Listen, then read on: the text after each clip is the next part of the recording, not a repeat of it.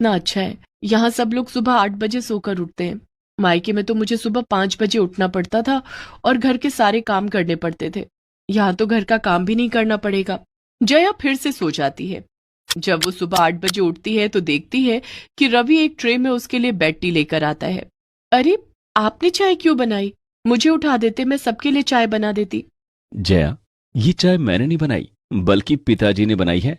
हमेशा से सुबह की चाय पिताजी ही बनाते आए हैं। वही सबके लिए चाय बनाते हैं। क्या? पिताजी ने चाय बनाई है? मैंने तो हमेशा अपने घर में सबको चाय बनाकर पिलाई है। आज पहली बार किसी ने मुझे चाय बनाकर पिलाई है। हमें सब मालूम है जया। तुम जब यहां गुड़िया को पढ़ाने आती थी, तभी तुम्हारे हाव भाव देखकर हम समझ गए थे कि तुम अपने मायके में खुश नहीं हो। और सच पूछो तो मैं मन ही मन तुम्हें प्यार करने लगा था।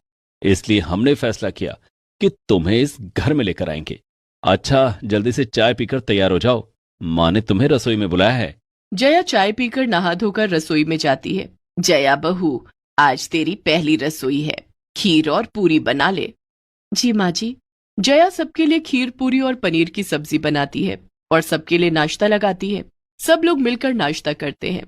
वाह, बहुत ही स्वादिष्ट खीर बनाई है जया बहू ने। और पनीर की सब्जी तो लाजवाब है। जया बहू की पहली रसोई के लिए इनाम तो बनता है, और इनाम भी जया बहू की पसंद का होना चाहिए। बोलो बहू, तुझे इनाम में क्या चाहिए? जया ने डरते डरते अपने ससुर से कहा, अब बाबूजी, मैं अ, बाबूजी, अ, मैं आगे पढ़ना चाहती हूँ। जया को लगा शायद उसके ससुराल वाले उसे पढ़ने की इजाजत नहीं देंगे, लेकिन ऐसा नहीं हुआ। हाँ हाँ, क्यों नहीं जया बहू। तुझे जितना पढ़ना हो तू उतना पढ़। पढ़ना और जीवन में आगे बढ़ना तेरा अधिकार है। कल से रवि तुझे कॉलेज छोड़ दिया करेगा। ससुराल आकर तो जैसे जया की खुशियों को पंख लग गए थे। उसकी पढ़ाई जो फिर से शुरू हो गई थी। दूसरे दिन से जया फिर से कॉलेज जाने लगी और अपनी पढ़ाई करने लगी। जया ने पहले की तरह फिर से बच्चों को ट्यूशन पढ़ाना शुरू कर दिया, लेकिन कॉलेज की फीस जुटाने के लिए नहीं, बल्कि अपने शौक के लिए। कॉलेज की फीस के लिए उसे ससुराल से पैसे मिलने लगे। जया के ससुराल वाले उसकी पढ़ाई में उसकी खूब मदद करने लगे। मैंने कभी सपने में भी नहीं सोचा था कि जितने दुख मैंने मायके में सहे हैं, उसके बदले का सुख मुझे ससुराल में मिलेगा।